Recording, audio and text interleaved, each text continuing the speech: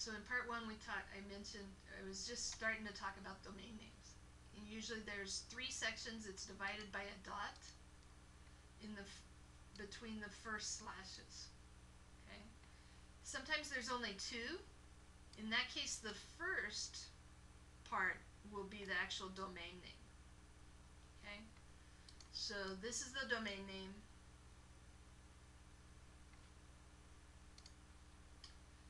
And then you have lots of different extensions. Extensions like edu and gov and K-12 are not available for purchase by everyone. Therefore, they tend to be more reliable. That's important, all right? You have to realize that. Sites with other extensions might be good, but you just have to think more carefully about them.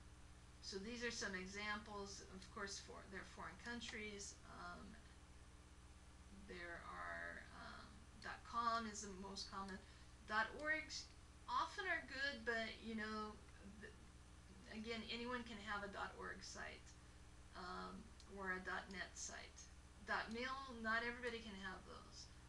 Biz, name, pro, info, those are new ones coming out, and those are mostly commercial. Okay. And then the question is, are you on a personal page? Some personal pages are good, but remember, if there's no outside editors or moderators for personal pages, people can put anything or do anything on their personal pages. And it's really important that we remember that. Universities often give professors personal pages. Okay? How do you know when you're on a personal page? Well, often you'll see their name in the URL. Sometimes you'll see a tilde in front of their name, and a lot of times just by reading it, you'll know if it's a personal page. Okay.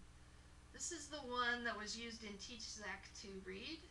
It was Professor Butz's website on Northwestern University's website, but it was his personal website, so you can see the tilde there and his name. That gives a clue. Okay, the pub web, we don't usually, that's not as usually as obvious. We don't see that too much anymore. If you see that, then that's obvious. That's a personal page also. Okay. All right, so that's an anatomy of a personal website. The other part, besides the web address, when you look at a website, look at the links. And what does the website link to? And, if possible, what sites link to the website? All right, those are 3 quick ways for evaluating the site. I like November's points and the order of his points, but let's look at a more detailed method called RADCAB, radcab.com. RADCAB stands for Relevancy, Appropriateness, Detail, Currency, Authority, and Bias. Okay.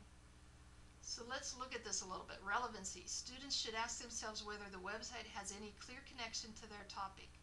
I would argue that if the information is inaccurate, then it is irrelevant to the research. Therefore, students should check the accuracy of the information as well as the relevancy. Appropriateness. Does the information seem appropriate for my age level, for my belief system and values? Detail. Is there enough information on this page for my research, even though I use other sources? For the author to know what they are talking about.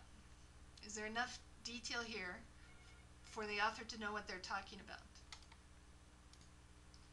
Again, I would argue that I also need to judge whether the details are accurate. So it's not just if there's enough detail, but are the details accurate? Currency. Currency doesn't mean money here. Currency means when was this information updated? Do I know when it was published? Do I know when the site was last updated? One big problem with the internet is that information tends to live forever, even though it's been abandoned. Authority. As mentioned before when discussing the author, who is the person or organization? What are their qualifications? What is their background? And bias. This is what November calls purpose. Why was the information written? The big categories are to inform, persuade, entertain, or sell. In my opinion, everyone has a bias. Mine, for example, is that technology is a great tool that all teachers should include in their curriculum. It's important to decide if the bias of the site is within reasonable limits. Also explain to students that they can take the good, accurate, and relevant information from a site and leave more biased information behind. They don't have to swallow it whole. They can bite off pieces.